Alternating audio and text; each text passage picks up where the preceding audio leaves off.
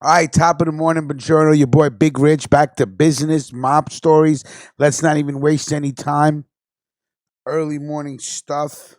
We got a lot of stories I got to put out, so I'm trying to go in order. So, if they're a little old or if you already read them, too bad. You know what I'm saying? Let's keep it moving. And all you grammar police out there, you grammar inspectors. Rich, it's pronounced like this. Rich, it's pronounced like that. Rich don't really care. You guys are like broken pencils. You're missing the point. It's about the article and the content. It's not about if Rich can fucking pronounce every fucking Italian name in existence.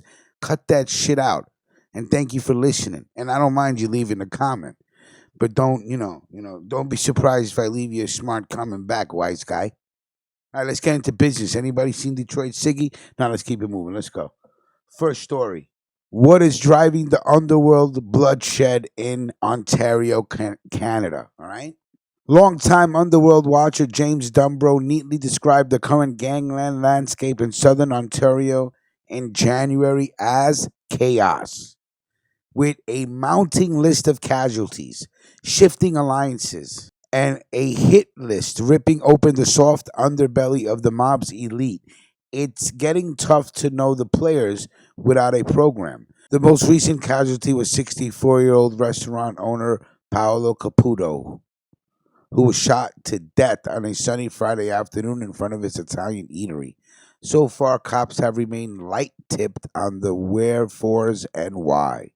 Underworld watchers are mystified why Paolo Caputo, 64, was clipped in broad daylight.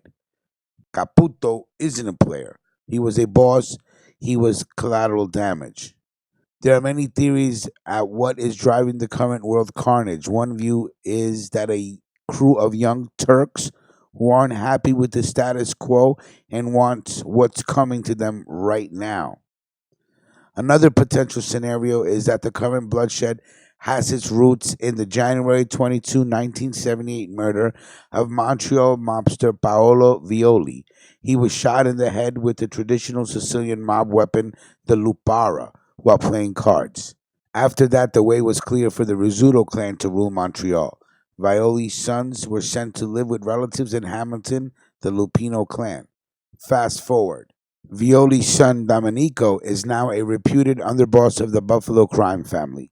The Musitano crime family, led by Pat Musitano, have long been Rizzuto allies. Figure it out. On May 2, 2017, Angelo Ange Musitano was shot dead in his truck in the driveway of his watered-down home. Another four would be killed over a 2-year span, including Cici Lupino, who was murdered on the doorstep of his Hamilton Mountain home in January, and Lupino-linked realtor Albert Lavarone in September of 2018. Most recently, an assassin narrowly missed taking Pat Musitano off the board when he was shot multiple times in front of his lawyer's office in April. He was released from the hospital 2 weeks later, but has since put his Hamilton home on the market and has been lying very low, extremely low. Anybody seen Fat Pat Musitano? Dubra told the Toronto Sun he believes the rotund criminal days are numbered and have only been extended because of the incompetence of the hitters who have gone after him. Pat has a big target on his back, and the most sensible thing for him to do is leave the country. Facts. Dubro said, adding he doubts Musitano had anything to do with the Caputo hit. Caputo's brother Martino is connected to the Rizzutos and is currently doing life for a murder in a 2012 cocaine ripoff. In recent years, mobsters have been breaking rules that have stood the test of time for generations. One of the main ones is don't kill cops, civilians, and family members who are not in the business. Angelo Musitano was reportedly no longer involved in the family business. Lavarone was a bit player. Cici Lupino was whistling clean and was even recorded on tape saying there was no way he wanted to become a member. All are dead, and it remains unlikely that Paul Caputo was involved in the underworld in any serious way, if at all. But when Martino Caputo and three Confederates decided to take out Johnny Maserati Raposo on the patio of the Sicilian Sidewalk Cafe, in Little Italy during the 2012 Euro Cup, it made his brother a target.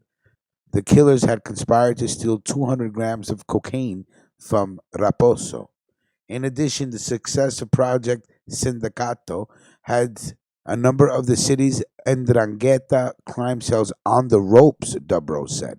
In July, York Regional Police arrested and charged Angelo Figliomeni, 56, the suspected boss of the Figliomeni crime family, plus 8 others allegedly under his direction after an 18-month illegal gaming probe.